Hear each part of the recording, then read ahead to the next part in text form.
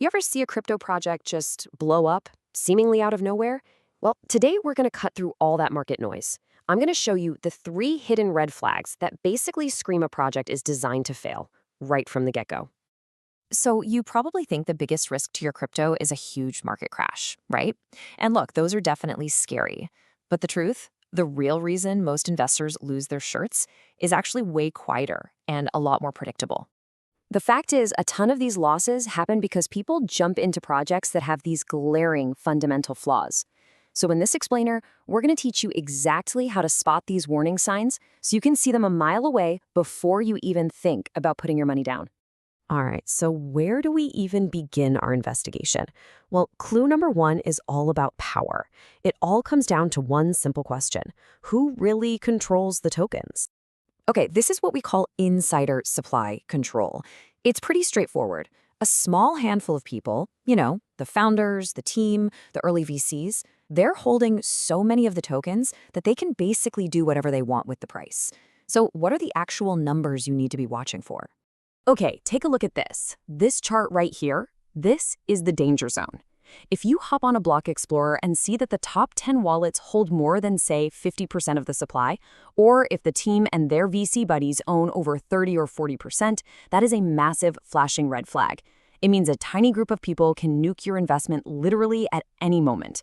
So why is this so dangerous? Well, think about it. The second those insiders decide they want to cash out, they can dump their tokens and crash the price in a heartbeat. And guess who they're selling to? Yep, you. Your investment is literally their payday. Let me repeat that because it's important. You become their exit liquidity. And that brings us to our first big rule, and it is non-negotiable. If a few insiders can wreck the price with just one single transaction, you run. Don't walk, run. All right, on to our second clue. This one gets right to the heart of the project, the token itself. You gotta ask a really simple but super important question. What does this token actually do? See, a useless token is it's just there. It's like a souvenir. The project itself doesn't actually need it to function. Its entire value is built on a mountain of marketing hype and pure speculation, not any real practical use inside its own system. So here's the difference you gotta look for. A good token, one with actual utility, is essential. You need it to pay fees, or to stake and secure the network, or maybe it gives you a piece of the project's revenue. But a useless token, it does none of that. It's got no way to control its supply, and it gives you absolutely zero claim on any of the money the project might be making. So be on the lookout for these signs. A supply that just keeps inflating and inflating with no end in sight. All these promises of future utility that are always just around the corner but never actually get here. And this is a big one. The project itself is making real money, but the token price is just in a nosedive. That last one, it's a dead giveaway. It means the token holders are being left in the dust. And this brings us to our second big rule. Think of it like a simple test for any project you're looking at. If the product, the platform, the whole shebang, if it can work perfectly fine without its own token, then that token is eventually going to fail. Period. Okay, let's move on to our third and final clue. Uncovering the financial sakes. This one is all about becoming a bit of a financial detective, learning to follow the money and see past all the fancy jargon to get to the cold, hard numbers. Yeah, fake transparency is a classic crypto playbook move. You'll see projects claim they're audited, but they get really vague when you ask by who.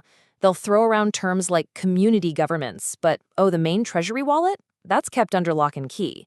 It's all a magic trick, an illusion, to distract you from the numbers that really matter. So here's how you cut through all that smoke and mirrors. You demand to see the public treasury wallet addresses. You ask them for their financial runway, not in buzzwords, but in simple terms. How many months can they survive? And you ask for a clear breakdown of their revenue versus their actual operating costs. And listen to this. This is a super important number to keep in your back pocket. On-chain data shows pretty clearly that projects often start a death spiral when their financial runway, the time they have before they run out of cash, drops below 9 months. 9 months. That's the critical threshold. And this gives us our final rule. And honestly, this one is just about self-preservation. In crypto, the burden of proof is always on the project. If they can't or won't show you the numbers, you just have to assume the worst. Okay, so what happens when you see all three of these red flags waving in the wind at the same time? You've got insiders controlling the supply, a token that doesn't do anything, and absolutely zero financial transparency. What you get is a very predictable formula for failure. It's not a coincidence that these three red flags almost always show up together. There's a reason for it. And that reason has nothing to do with innovation. It's a model. It's a system that's designed to do one thing: extract liquidity. To take money from regular investors like you and me and funnel it straight to the founders and the early VCs, leaving everybody else holding a bag of worthless tokens. So, how do you actually protect yourself from this stuff? Well, let's turn all this theory into something you can actually use. I'm going to leave you with a simple 3-question toolkit. Before you even think about investing in a project, you absolutely have to have clear, solid answers to these 3 questions. First up, who controls the supply? And don't just take their word for it. Go on a block explorer, something like Etherscan, and click on the Holders tab yourself. If you see a small handful of wallets controlling more than half the supply, you need to be incredibly careful. That's a massive centralization risk, plain and simple. Question number 2, why does this token need to exist? Seriously, read the white paper and ask yourself, is this token actually essential for the protocol to work? Does it give you a cut of the revenue? Is it required for security? Or is its only real purpose to be bought and sold, hoping the price goes up? Because if it's the last one, it's just pure speculation with no real value underneath. And finally, maybe the most important question of all, where is the money? Can you find the project's treasury address on-chain and actually verify their cash reserves for yourself? Do they publish clear, easy-to-read financial reports that show revenue versus expenses?